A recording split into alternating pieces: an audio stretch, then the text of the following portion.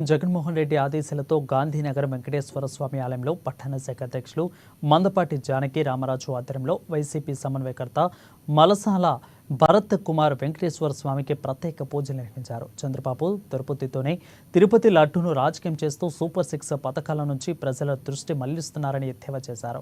ఈ ప్రభుత్వంలో జూలై నెలలో లడ్డూ వ్యవహారం బయటపడితే ఆ తప్పును వైసీపీ ప్రభుత్వంపై నెట్టేశారని ఆరోపించారు.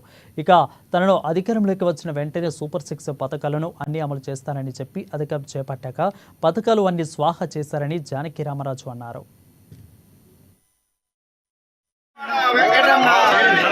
స్వామి ఒకసారి స్వామి వెనక్కి